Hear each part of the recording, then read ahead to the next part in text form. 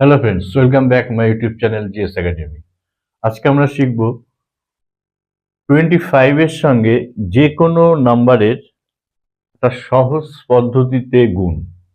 অর্থাৎ 25 গুণ 16 আছে এখানে, 17, 35 এবং এইখানে যে কোনো গুণকের সাহায্যে আমরা 25 এর সাথে সহজ কয়েক সেকেন্ডের মধ্যে কিভাবে আমরা গুণ করতে পারবো সেটাই আমরা শিখব। প্রথমে আমরা 25 এর সাথে 16 এর আমরা গুণটা দেখে নেব। আমরা এখানে কি করব, 16 কে 4 দিয়ে ডিভাইড করব।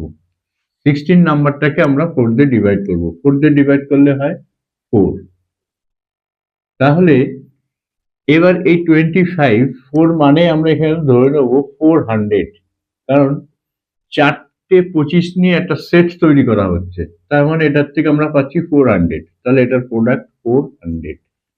এবার 25 এর সঙ্গে 17 ঠিক একইভাবে দেখো, 4 দিয়ে ডিভাইড করলে এক ভাগশেষ থাকছে, তাহলে এখান থেকে আমরা পাবো 400, আর এক অবশিষ্ট থাকা মানে কি একটা 25 বেড়ে যাচ্ছে, তাহলে 425 এক থাকা মানে একটা 25।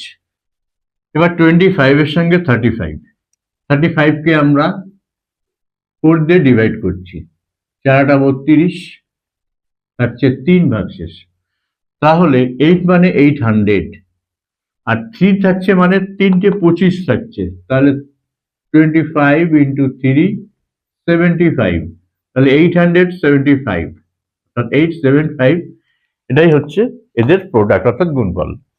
তোমাদের জন্য এই ছোট্ট একটি টাস্ক থাকলো, তোমরা ঠিক এই সহজ পদ্ধতিতে করে আমাকে কমেন্টে জানাও। তোমাদের প্রত্যেকের জন্য শুভেচ্ছা রইল।